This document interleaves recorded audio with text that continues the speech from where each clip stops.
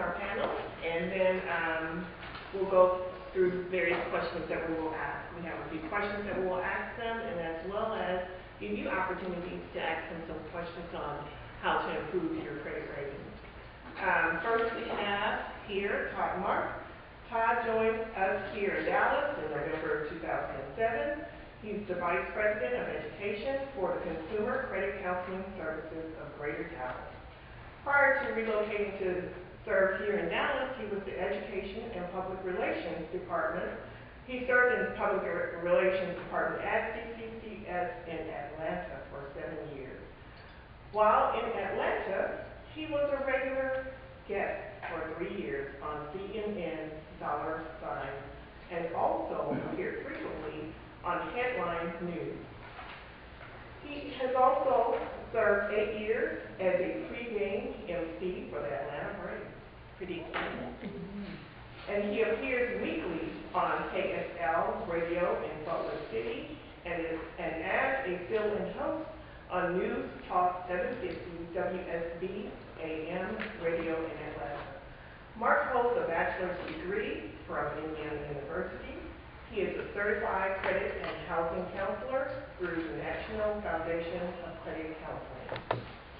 Our second panelist is Kem Grant. Kem is a vice president with American Bank in Irving, Texas. She has over 26 years of banking experience.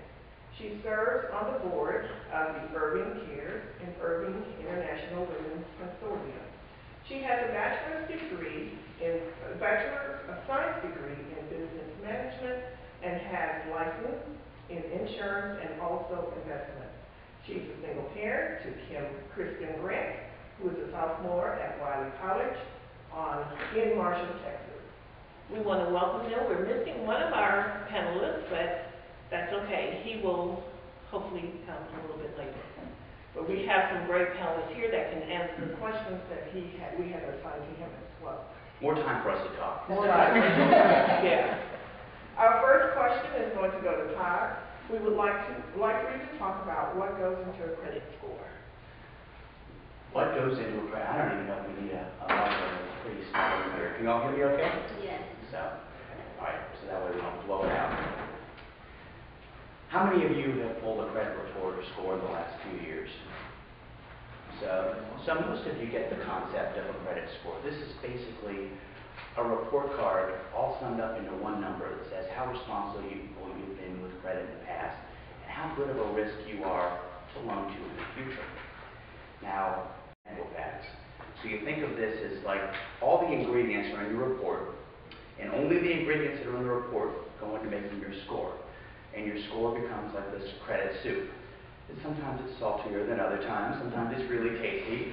A really tasty soup would be about 850, which is a high end. A really salty or bitter soup would be probably about 300. And actually, that would be like no soup for you. So, so the higher your score, the better. 300 to 850. I'll explain what goes into a score in a minute, but I want to make sure you understand what's happened in the last few years because of the downturn in the economy and the recession. It used to be that between 680 and 700 would be a baseline low for getting approved for pretty much whatever you want. And if you were 700 or 720 and above, you just know you can walk in and demand the best rates and you're going to get them. At the bottom side, you could be around 500, barely breathing, and still get approved for products. Doesn't mean that you'd be getting the best rates, but if at a 500 credit score, you were still deemed worthy enough to be granted credit. It's changed quite a bit, you can imagine, in the last few years with the credit crunch, what's going on in the housing markets, the banking industry. So what you're seeing is they've almost overcorrected, and they're saying we really want super prime folks. We don't want to lend to folks that are risky. We've got enough losses on the books, or losses we don't know about yet. So 600 now is really your bottom line. Some banks maybe go as low as 580, but 600 is your baseline breathing for getting credit now, or major loans. And now your high end, you're looking upwards of 750 on that range up to 850 of getting the best products. Now remember, that doesn't mean that the credit's not available for those that are below. You can always dip into subprime, you can dip into high-cost products, but the higher your score, the better off you are in getting the best available product. So whereas 680 to 700 was great a few years ago, they're really trying to push you upwards, 720 to 750. So we know that credit is important today. How important is it? Well, it obviously impacts your ability to get loans, to get a mortgage, to get a car, to get credit lines.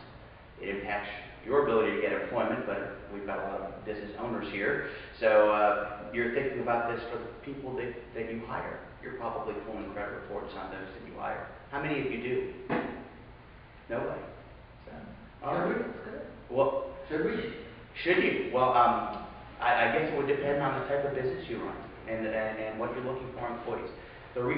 How responsible a person's going to be to themselves will reflect how responsible they are as an employee.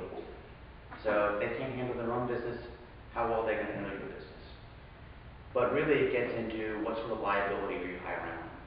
If you've got somebody that's overwhelmed with debt, they may be more tempted to drop their hand into the till. They may be more tempted to play with your client's personal information, which, you know, it's not stealing from your bottom line, but if it's eroding a trust, identity theft, that's a liability that you have on your hands. So the credit of your employees is generally, it's a risk assessment of how good of an employee, but also what sort of liability you have on your hands. Insurers are looking at your credit as well.